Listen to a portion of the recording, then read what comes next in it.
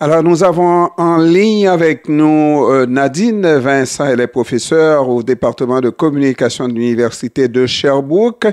Elle est également spécialiste en lexicographie. Bon après-midi, Madame Vincent.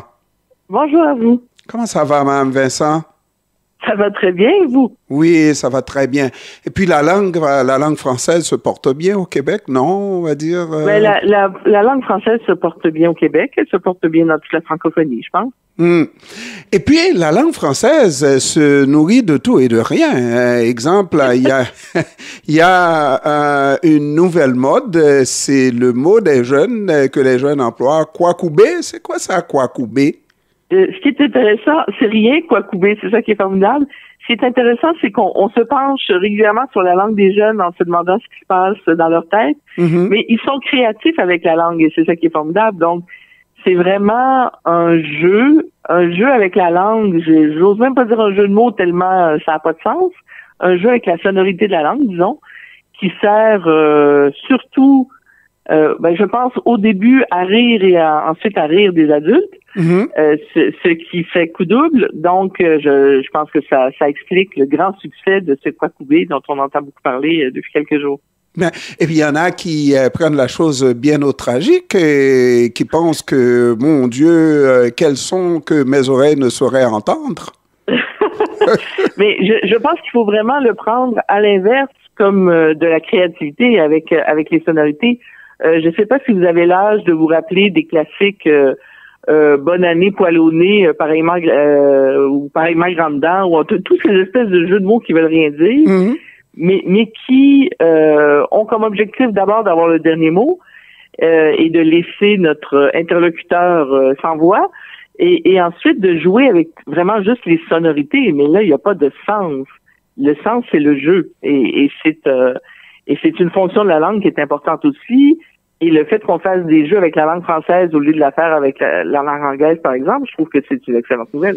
Et bon, à la rigueur, je dirais que le sens, c'est le fait que le mot n'a pas de sens. Et oui, puis l'autre... c'est la figure de l'adulte qui donne le sens à ce mot. Ouais. Alors, de manière beaucoup plus sérieuse, étant donné que le débat est aujourd'hui sur la langue française, à savoir la survie de cette langue française au Québec, quelle attitude, effectivement, on devrait bien plus sérieusement adopter face à des jeunes qui semblent ne pas, être catastrophés autant que les jeunes, autant que les vieux, n'est-ce pas, pour la survie de cette langue et qui se contentent de parler. Oui, ben tout à fait. En fait, il y a toujours deux aspects auxquels il faut penser quand on réfléchit à la question de la langue. Il y a la question du statut de la langue. Donc, est-ce qu'avec la langue française, on réussit à travailler, à étudier, à être heureux, à profiter de la culture et tout, et la qualité de la langue. Et on a tendance à beaucoup reprocher aux jeunes, à tort, je trouve, la qualité de leur langue. D'abord, ils retransmettent ce qu'on leur enseigne, et ensuite, dans le cas qui nous intéresse, ils prouvent qu'ils aiment assez leur langue pour être capables de jouer avec elle. Et c'est un extraordinaire signe de vitalité. Donc, oui, on peut être agacé de se faire mettre en boîte par cette réponse-là, mais en même temps, avec un peu de recul, il faut être content de voir que la langue est vivante. Là, c'est un jeu de mots qui nous vient de France. Bon, on voit que dans la francophonie, il y a aussi des échanges très vivants aussi. Donc, ça se promène, et ça aussi, les médias sociaux peuvent servir à ça, à réunir tous les francophones et à faire que ces jeux de mots-là à prouver que notre langue permet aussi des échanges avec d'autres francophones. Et donc, oui, on est conscient, nous, adultes, on doit être conscient que la langue est en danger, mais c'est surtout pas le message qu'il faut transmettre aux jeunes. Il faut leur transmettre la fierté de la langue, la créativité de la langue, à quel point ils vont pouvoir exprimer leurs émotions, leur culture, leur créativité grâce à la langue. Donc, le rap en français, la littérature en français, tout ça, c'est formidable. La définition de base d'une langue, c'est un véhicule qui permet la communication entre deux individus. Oui. Maintenant, lorsque deux individus se parlent, je vous dis quoi? Vous me dites quoi, Koubé? Je sais même pas qu'est-ce que ça veut dire.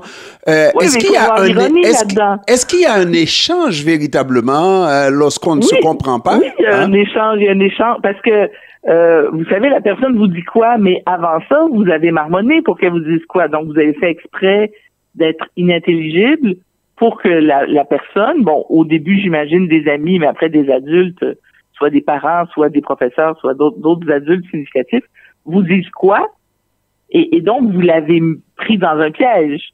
Donc, il y a une communication, même si la communication passe pas par les mots, vous venez de gagner un piège que vous avez tendu à l'autre. Donc, c'est tout à fait de la communication aussi. Comment on pourrait qualifier cette communication-là? De ludique. Ludique. De baveuse un peu, mais de ludique aussi. Ouais. Mais s'il faut, exemple, nous sommes dans une communication, à un moment donné, si on se comprend pas, là, ça va s'arrêter là.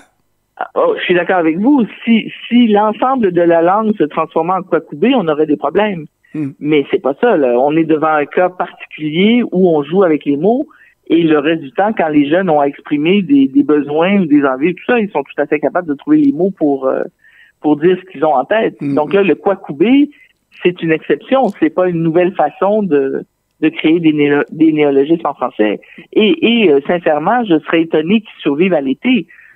Si les jeunes sont fiers de ce qu'ils ont réussi à avoir comme attention avec ce mot-là, ils vont nous en créer d'autres pour l'automne prochain. Mais là, ce qui est particulier avec celui-là, c'est sa viralité. Il y a vraiment eu un succès fou partout dans la francophonie, mais c'est vraiment pas en aucun cas un danger pour la langue française. Voyez, avec des si comme ça, on peut mettre Kwakubé dans le lexique, n'est-ce pas? Et je vous assure qu'il y a toujours des gens très sérieux et qui surveillent les mouvements de la langue pour savoir est-ce que ce mot-là mérite d'aller dans un dictionnaire, etc. Et quand est-ce qu'on fait cette activité-là? Quand est-ce qu'on décide?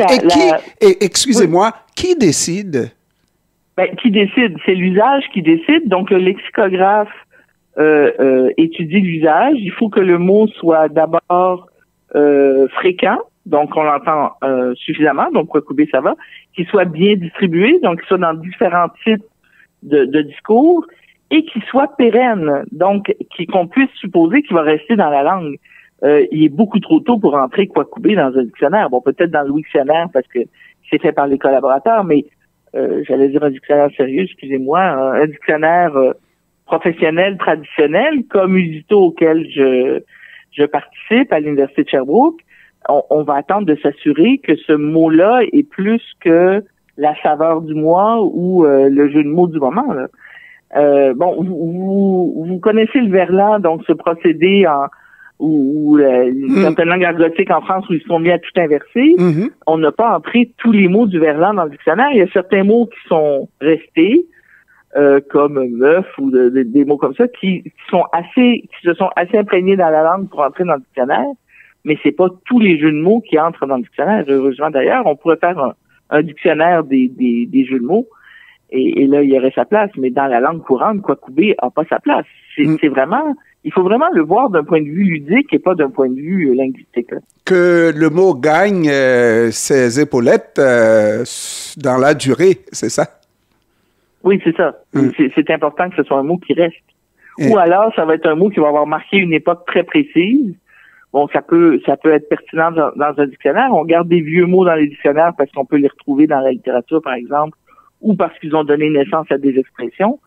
Mais sinon, ils n'ont pas leur place dans un dictionnaire. Disons, le Kwakubé, c'est une exception, mais avec ce beau mot qui nous fait rire, est-ce que je peux oser poser la question, la vitalité de la langue française au Québec, est-ce que une lexicographe comme vous a les mêmes appréhensions que la plupart des gens de la politique pour la survie de cette langue française?